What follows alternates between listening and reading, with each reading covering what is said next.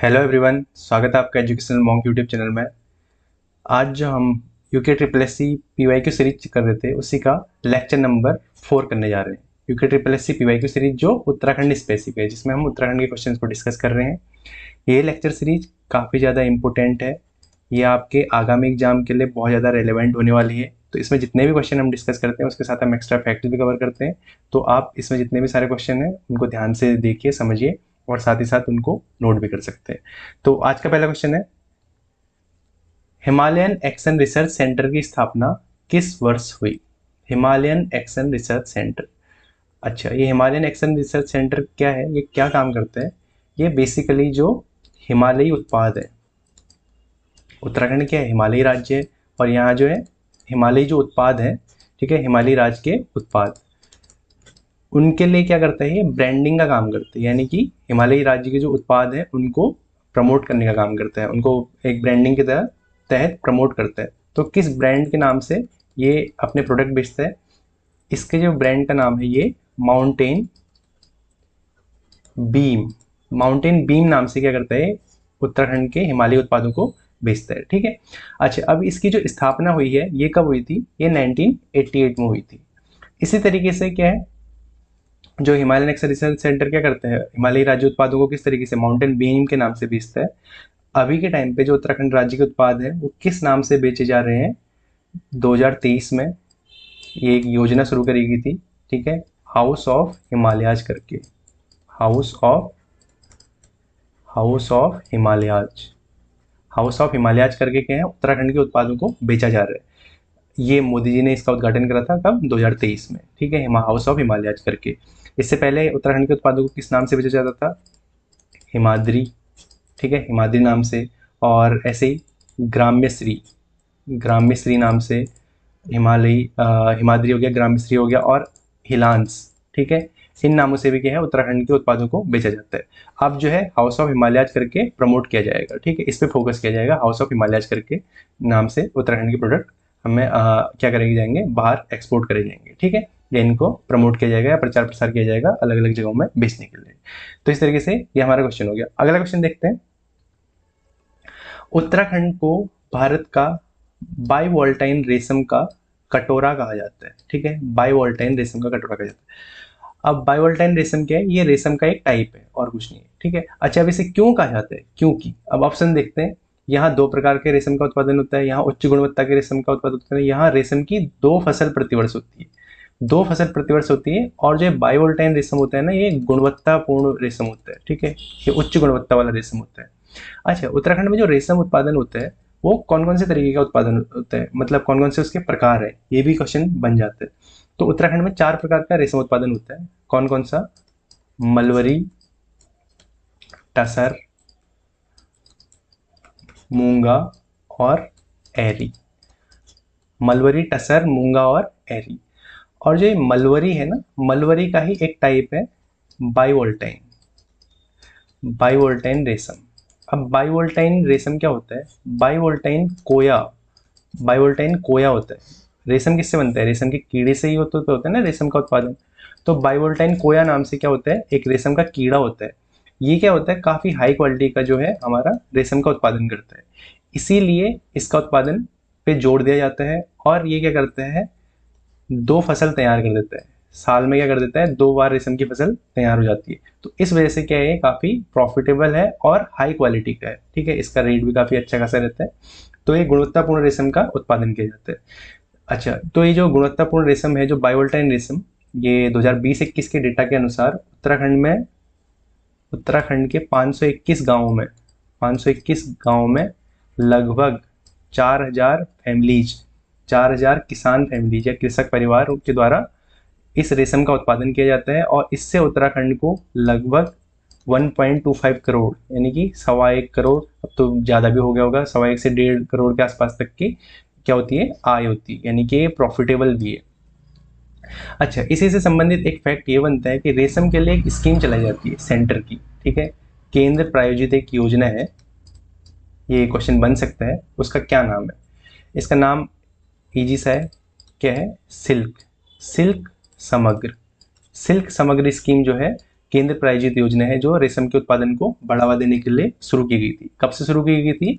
2019 से शुरू की गई थी। ठीक है, किसके द्वारा शुरू की गई थी? कपड़ा मंत्रालय, मिनिस्ट्री ऑफ टेक्सटाइल द्वारा या कपड़ा मंत्रालय द्वारा शुरू की गई थी। ठीक है, कौन सी? सिल्क समग्र स्कीम। ठीक है, इससे रिलेटेड फैक्ट हमने ये सब देख ली। अगला क्वेश्चन देखते हैं, निम्नलिखित में से कौन सा कथन सही है? अब यहाँ पे हमें कुछ नदियों के बारे में दे रखा है और उससे रिलेटेड हमें फैक्ट पता करने की कौन सा सही है। तो पहला देखते हैं, रामगंगा की उत्पत्ति दूधातोली श्रृंखला से होती है। पहला ही हमारा बिल्कुल सही है, रामगंगा की उत्पत्ति कहाँ से होती है? दूधातोली श्रृंखला से होती है। पिंडर और अलकनंदा कहाँ मिलती है? नंदप्रयाग में? नहीं, ये कहाँ मिलती है? कर्णप्रयाग में मिलती है। खो नदी की उत्पत्ति केदारनाथ से होती है? नहीं, ये भी गलत है। नंदाकिनी अलकनंदा से विष्णुप्रयाग में मिलती है? नहीं, नंदाकिनी भी कहाँ से मिलती है? नाम से स्पष्ट हो जाता है इसका, तो कहाँ मिलती है? नंदप्रयाग में मिलती है। अब जो उत्तराखंड का नदी तंत्र है काफी ज्यादा इंपॉर्टेंट है, अब इसको थोड़ा सा और डिटेल में समझ लेते हैं और इससे रिलेटेड फैक्ट जो है उनको डिस्कस कर लेते हैं। तो ये है उत्तराखंड का मैप, इसमें हमें क्या दे रखी है? नदियों के बारे में समझते हैं। तो सबसे पहले यहाँ से स्टार्ट करते हैं, ठीक है, पश्चिम से। ठीक है, पश्चिम में क्या कौन सी नदी है सबसे इंपॉर्टेंट? यमुना नदी। यमुना नदी कहाँ से निकलती है? यमुनोत्री।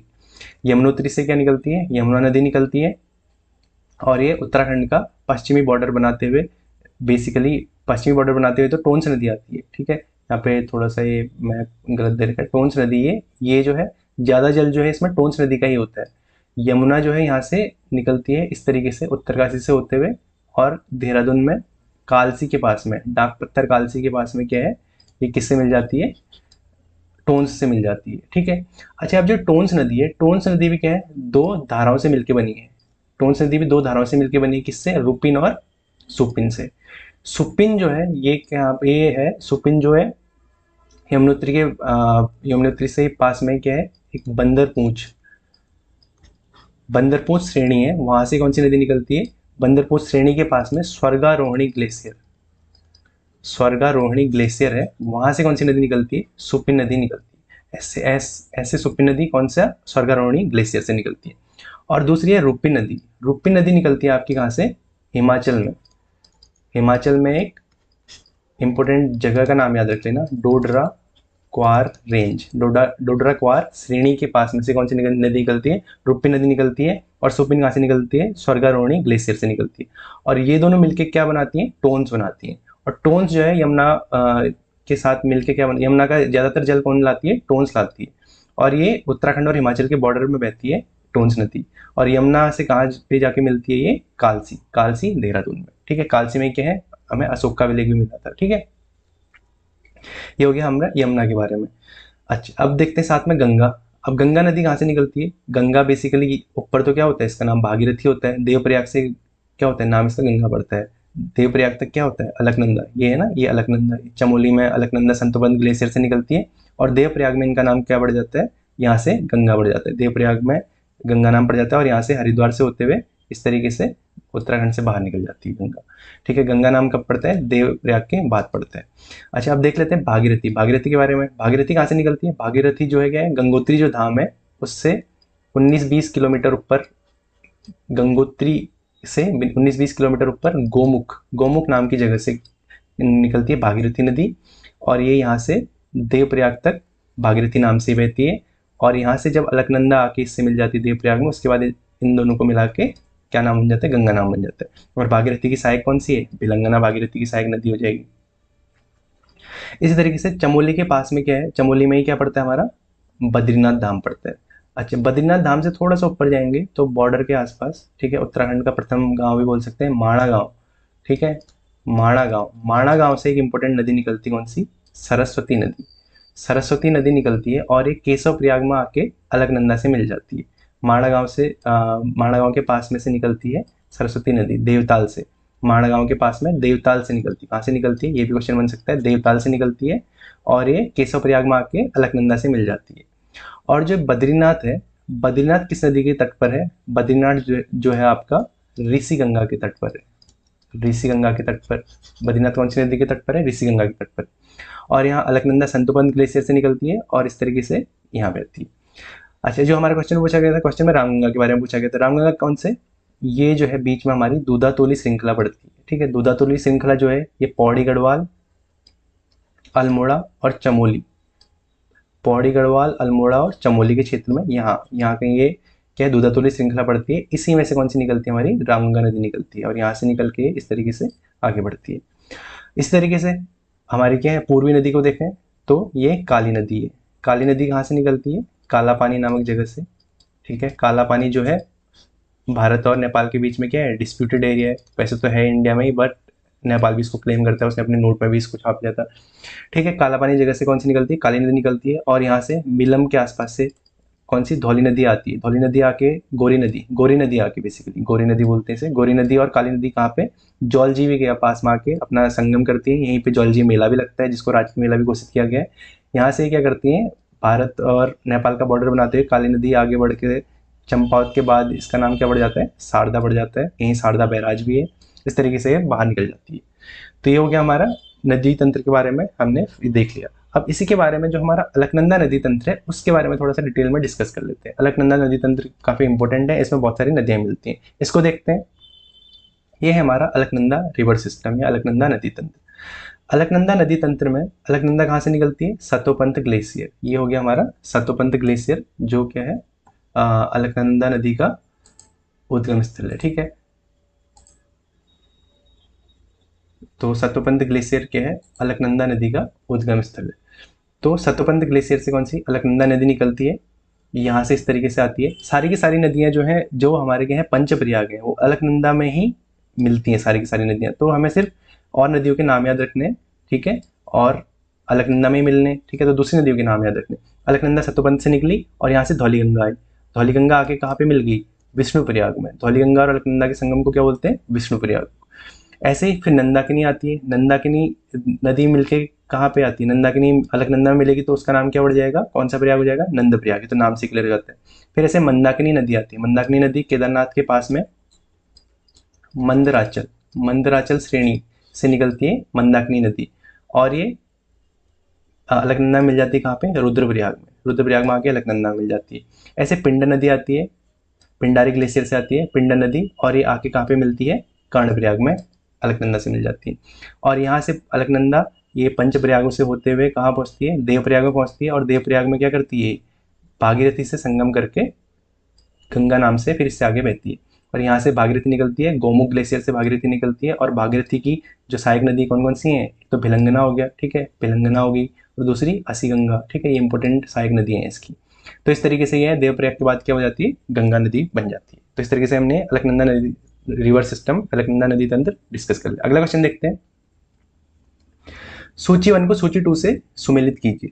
सूची 1 में क्या है, हमें कुछ कर दे रखे हैं, और सूची 2 में उससे संबंधित तथ्य दे रखे हैं। ये कर कौन से दे रखे हैं, चंद प्रशासन के कर दे रखे हैं। ठीक है, जूलिया, सिरती, कटक, खैनी, कपिलिनी से चंद प्रशासन के कर हैं। और इन कर को कब कब लिया जाता है, किस किस प्रायोजन पे लिया जाता था, वो देखते हैं। सबसे पहले जूलिया। जूलिया कर जो है, जूलिया यानी कि पुलिया, पुलिया से ऐसे याद कर सकते हैं, जूलिया। जूलिया कर जो है पुलों और नदी पुलों पर लगने वाला कर था, कौन सा, जूलिया कर। ऐसे दूसरा कर है सिरती। सिरती कर जो है ये नगद कर है। ठीक है, सिरती कर कौन सा है, नगद कर है, नगद लिया जाने वाले कर है। ऐसे ही कटक कर। कटक कर जो है सेना के लिए लिया जाता था। कटक कर चंद्र प्रशासन में सेना के लिए लिया जाता था। जब सेना युद्ध पे जाती थी तो उस टाइम उनको जो भी है, उनको पैसा वैसा देने के लिए या उसको राशन वासन प्रोवाइड करने के लिए कटक। ठीक है, ऐसे ही खैनी का पीनी। खैनी का पीनी काफ़ी इंपॉर्टेंट है, बार बार क्वेश्चन आता है। ये कुली बेगार का कर था। ठीक है, कुली बेगार के लिए कर लिया जाता था, खैनी का पीलिनी या खैनी का पीनी कर। अगर इसमें हम ऑप्शंस को ऑब्जर्व करें तो क्या है, ए का 2, बी का 4, सी का 1 और डी का 3। ठीक है, तो इसमें राइट आंसर कौन सा हो जाएगा, पहला ही हमारा राइट आंसर हो जाएगा। तो ये क्या है, चंद्र प्रशासन के कुछ कर है। ऐसे ही कुछ इंपॉर्टेंट कर और देख लेते हैं चंद्र प्रशासन में, और कौन से इंपॉर्टेंट कर है। अब चंद्र प्रशासन में ये तो क्या है, ये तो बेसिक से कर है। कुछ क्या है, कुछ कर इंपॉर्टेंट है, कुछ तो नाम से आपको क्लियर हो जाएंगे। ठीक है, कुछ बार बार हमारे आते रहते एग्जाम में। कुछ इंपॉर्टेंट कर मैं बता देता हूँ। ऐसे एक कर होता था चंद्र प्रशासन में, कनक कर। ठीक है, कनक कर जो है ये लिया जाता था सौका व्यापारियों से। सौका व्यापारी यानी कि भोटिया जो समुदाय होता है, भोटिया जनजाति समुदाय होता है, उन्हीं का एक प्रकार होता है सौका व्यापारी। सौका व्यापारियों से कनक कर लिया जाता था। जब ये व्यापार करने आते थे तो इनसे कनक कर लिया जाता था। और कनक कर का जो उल्लेख है, ये इंपॉर्टेंट क्वेश्चन बनता है। अब इस तरीके से क्वेश्चन थोड़ा सा डेप्थ में पूछे जाने लगे। इसका उल्लेख कहाँ दिया गया है, मोनाकोट ताम्रपत्र में। मोनाकोट ताम्रपत्र में कनक कर का उल्लेख दिया गया। ऐसे ही एक और कर है हिलयानी, हिलयानी, हिलयानी कर या हिलयानी अधूल कर, इसका पूरा नाम हिलयानी अधूल या हिलयानी कर। जो हिलयानी कर है ये लिया जाता था सड़क मरम्मत के लिए। बरसात में क्या है, बरसात में सड़क में जो गड्ढे हो जाते हैं, बरसात में सड़क में जो गड्ढे हो जाते हैं उनकी मरम्मत के लिए कर लिया जाता था कौन सा, हिलयानी कर। अब इसका उल्लेख कहाँ दिया गया है, ये भी इंपॉर्टेंट बन जाता है क्वेश्चन, सिंगाली ताम्रपत्र से। सिंगाली ताम्रपत्र पिथौरागढ़ में सिंगाली ताम्रपत्र है, और जो ये मोनाकोट ताम्रपत्र है ये भी पिथौरागढ़ में है। तो ये जो है चंद्र प्रशासन से संबंधित कर है और इनका उल्लेख कहाँ दिया गया ये भी क्वेश्चन बन सकता है, इसलिए मैंने फैक्ट भी करा दी। अब इस तरीके से ये क्वेश्चन हो गया। अगला क्वेश्चन देखते हैं, SIDCUL, SIDCUL state industrial development corporation limited, corporation of Uttarakhand limited, ठीक है। सिडकुल, सिडकुल का फुल फॉर्म ये हो गया। अब सिडकुल क्या है, सिडकुल बेसिकली किससे संबंधित है, हमारा जो उद्योग है, ठीक है, उद्योग तंत्र से संबंधित, यानी कि जो उत्तराखंड में क्या है हमारा इंडस्ट्रीज चलती हैं। कौन कौन सी इंडस्ट्रीज है उत्तराखंड में, उत्तराखंड में एक तो क्या है विनिर्माण, निर्माण क्षेत्र, ठीक है, निर्माण क्षेत्र के प्रोडक्ट बनते हैं, फार्मा के प्रोडक्ट बनते हैं, ठीक है, और FMCG fast mover consumer goods जो बोलते हैं, ठीक है, जैसे जो है हल्दीराम ये सब नमकीन आती है ना इस तरीके की, ये सब क्या है फास्ट मूविंग कंज्यूमर गुड्स है, लेज वेज ये सब, ठीक है, ठीक है, ये हो गया। तो उत्तराखंड में क्या है, सिडकुल जो है क्या करता है, इन चीज़ों का प्रोडक्शन करते हैं। फार्मा हो गया, एफएमसीजी हो गया, निर्माण उद्योग हो गया, मैन्युफैक्चरिंग हो गए, पार्ट्स हो गए गाड़ियों के, ये सब बनते हैं, ठीक है। सिडकुल आपने सुना भी होगा, कहाँ कहाँ है, दो तो इंपॉर्टेंट है, एक तो रुद्रपुर पंतनगर, ठीक है, पंतनगर रुद्रपुर में है सिडकुल, और दूसरा हरिद्वार में, ये तो काफ़ी फेमस है। इसके साथ साथ सेलाकुई में भी है। सेलाकुई का किस लिए फेमस है, फार्मा के लिए। फार्मा का जो है वो सेलाकुई में है, फार्मा प्रोडक्शन सेलाकुई में काफ़ी अच्छे अमाउंट पे होता है, और वहाँ अच्छी खासी इसकी इंडस्ट्री है सेलाकुई में। इसी तरीके से काशीपुर में भी है, काशीपुर में भी है इंडस्ट्रियल एरिया छोटा, ठीक है। बड़ा जो इंडस्ट्रियल एरिया वो क्या है आपका रुद्रपुर और हरिद्वार में। ऐसे ही लालकुआं में भी है, लालकुआं में कौन सी, सेंचुरी, सेंचुरी क्या है, कागज उद्योग, ठीक है, सेंचुरी एशिया की सबसे बड़ी कागज की कंपनी, ठीक है। सेंचुरी कहाँ है, ये लालकुआं में है। लालकुआं कहाँ, नैनीताल में, ठीक है। लालकुआं कहाँ पड़ता है, नैनीताल डिस्ट्रिक्ट में पड़ता है, हल्द्वानी के पास में, ठीक है। तो जो सिडकुल की जो इसका मुख्यालय कहाँ है, ये तो है तो बहुत सारी जगह, लेकिन इसका जो मुख्यालय वो कहाँ है आपका देहरादून में। सिडकुल का मुख्यालय देहरादून में। और सिडकुल की जो स्थापना हुई थी ये कब हुई थी, ये भी क्वेश्चन बन सकता है, 2002 में हुई थी। तो इस तरीके से ये क्वेश्चन हो गया। अगला क्वेश्चन देखते हैं, दुगड्डा के समीप डाडा मंडी का प्रसिद्ध गिंदी मेला, गिंदी मेला के बारे में क्वेश्चन है। तो दुगड्डा के समीप डाडा मंडी में गिंदी मेला लगता है। अब जो गिंदी मेला लगता है ये कहाँ लगता है, दुगड्डा में लगता है। क्वेश्चन पहला क्वेश्चन तो यही बन गया यहाँ से। और जो गिंदी मेला है, अब क्वेश्चन में क्या पूछा जा रहा है, कब लगता है। तो गिंदी मेला जो है ये लगता है आपका मकर संक्रांति में। मकर संक्रांति कब होती है, माघ के महीने में। तो इस क्वेश्चन का राइट आंसर क्या हो गया, माघ माह की मकर संक्रांति को लगता है कौन सा, गिंदी मेला। और गिंदी मेला जो है ये कहाँ पे लगता है, कौन से मंदिर के पास में लगता है, कहाँ लगता है, भटपुड़ी देवी मंदिर, भटपुड़ी देवी मंदिर के समीप लगता है कौन सा, गिंदी मेला। और कब से लग रहा है ये भी क्वेश्चन बन सकता है 1872 से, क्योंकि ये काफ़ी फेमस मेला है। अच्छा, ऐसी इस तरीके से एक और मेला डिस्कस कर लेते हैं, बिस्सू मेला। बिस्सू मेला भी क्या है, काफ़ी फेमस मेला है। बिस्सू मेला कहाँ लगता है, ये आपका लगता है उत्तरकाशी में। उत्तरकाशी प्लस चक्राता, चक्राता जो क्षेत्र है जौनसर बावर क्षेत्र यानी कि देहरादून में बिस्सू मेला लगता है। और बिस्सू मेला कब लगता है ये क्वेश्चन बन सकता है, इससे इंपॉर्टेंट, ये कब लगता है, विषुवत संक्रांति को, विषुवत संक्रांति को। विश्व मेला विषुवत संक्रांति को लगता है ना, विषुवत संक्रांति की वजह से इसका नाम विश्व मेला भी है। और इसमें क्या है, इसमें किस तरीके का, जैसे क्या होता है, एक पत्थर युद्ध सुना होगा आपने, क्या बगवाल युद्ध, देवी दुर्गा मेला, ठीक है, चंपावत में लगता है, बगवाल युद्ध होता है। और इसमें क्या होता है, इसमें धनुष बाण से युद्ध होता है, धनुष धनुष बाण से युद्ध, प्राचीन तरीके का जो धनुष बाण युद्ध होता था ना, उस तरीके का इसमें क्या करता है, एक परफॉर्मेंस दी जाती है ये विश्व मेले में। तो इस तरीके से ये हो गया हमारा मेले के बारे में। अगला क्वेश्चन देखते हैं, जोया मुरुली, जोया मुरुली किसका दूसरा नाम है, जोया मुरुली ये है एक वाद्य यंत्र, कौन सा, अलगोजा। अलगोजा का ही दूसरा नाम क्या है, जोया मुरुली है। तो इसका राइट आंसर क्या हो गया, अलगोजा हो गया, ठीक है। ये यहाँ पे दिख भी रखा है अलगोजा, इसका नाम क्या है, जोया मुरुली बोला जाता है इसको, ठीक है। उत्तराखंड का एक पारंपरिक वाद्य यंत्र है। ठीक है, जौ या मुरली, यानी कि दो मुरली, इस तरीके से दो मुरली क्या है मिलके क्या बनाती हैं, अलगोजा बनाती हैं। और ये क्या है, सुशिर वाद्य यंत्र, यानी कि फूंक मार के बजाया जाने वाला वाद्य यंत्र है। इसी तरीके से डौर, दौड़ दमाऊ जो होता है, ये क्या है, ये भी वाद्य यंत्र है। ये कैसा वाद्य यंत्र है, ये आपका चर्म वाद्य यंत्र है। ठीक है, इसमें क्या किया जाता है, इसमें एक चमड़ा लगाया जाता है, एक साइड बकरी की या भेड़ की खाल लगाई जाती है। ठीक है, ये क्या है, चर्म वाद्य यंत्र हो गया। कौन सा, डौर, डौर। इसी तरीके से दमाऊ, दमाऊ हो गया, ढोल हो गया, इसमें क्या किया जाता है, चर्म वाद्य यंत्र है। इसी तरीके से धातु वाद्य यंत्र भी देख लेते हैं। एक सुशिर हो गया, एक चर्म देख लिया, धातु वाद्य यंत्र। धातु वाद्य यंत्र इंपॉर्टेंट एक पूछा जाता है एग्जाम में, बार बार क्वेश्चन में आता है। बिणाई, बिणाई क्या है, धातु वाद्य यंत्र है। और क्या किया जाता है, इसे मुंह से बजाया जाता है। ठीक है, धातु वाद्य यंत्र है कौन, बिणाई। चर्म वाद्य यंत्र है ढोल, दमाऊ और डौर। ठीक है, ढोल क्या है, उत्तराखंड का राजकीय वाद्य भी है। ठीक है, इस तरीके से ये क्वेश्चन हो गया। अगला क्वेश्चन देखते हैं, निम्न में से किस नृत्य में सिर्फ पुरुष नर्तक ही भाग लेते हैं। ठीक है, अलग अलग तरीके के नृत्य होते हैं, किसी में पुरुष होते हैं, किसी में महिलाएं होती हैं। अब पूछा गया पुरुष नर्तक ही भाग लेते हैं, तो पुरुष नर्तक जिस नृत्य में भाग लेते हैं उसको क्या बोला जाता है, तांदी नृत्य बोला जाता है।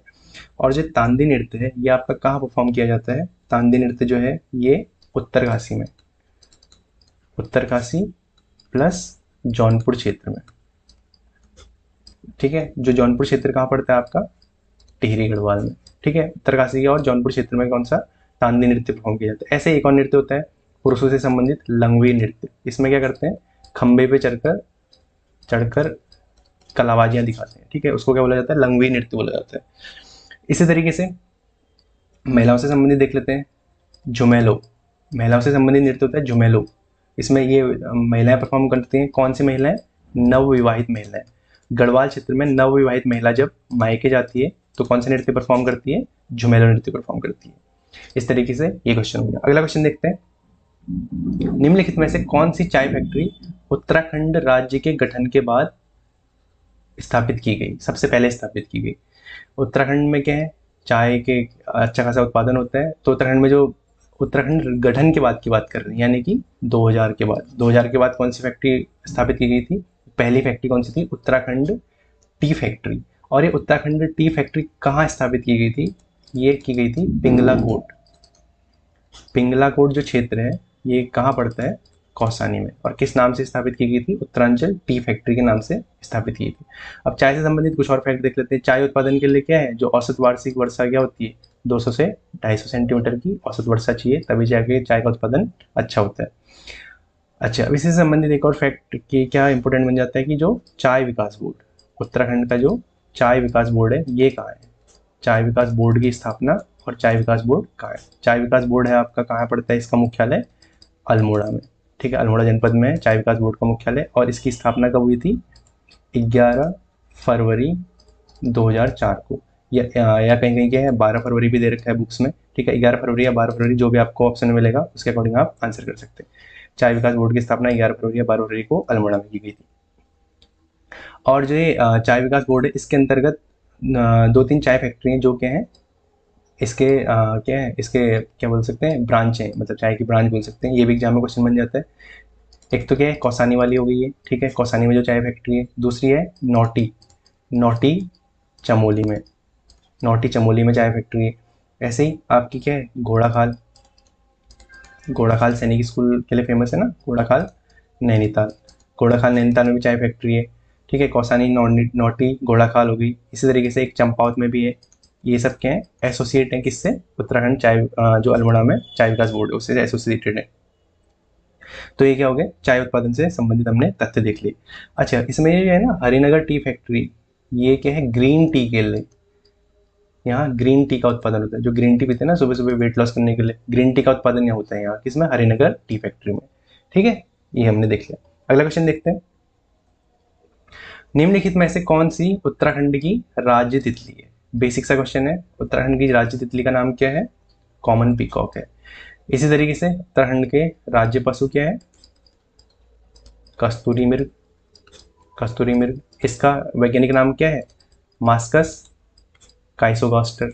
ये भी एग्जाम में क्वेश्चन बन जाता है, मास्कस काइसोगास्टर है। राज्य पुष्प क्या है, ब्रह्मकमल है। ठीक है, राज्य पुष्प ब्रह्म कमल है। ऐसे ही राज्य पुष्प हो गया। राज्य वृक्ष क्या है? बुरांस है, राज्य वृक्ष बुरांस है। ठीक है, और ये कस्तूरी मृग में जो है कस्तूरी कहाँ से निकलती है? नर से। ठीक है, नर के जो जननांग होते हैं वहाँ पे एक ग्रंथि होती है, वहाँ से क्या है? कस्तूरी निकलती है। ठीक है, इस तरीके से हमने ये सारे फैक्ट देख लिए। इन्हीं फैक्ट को आप साथ साथ नोट भी करते चलिए, ये आपके एग्जाम में काफ़ी ज़्यादा हेल्पफुल होने वाले हैं। अब बाकी देखते हैं नेक्स्ट लेक्चर में।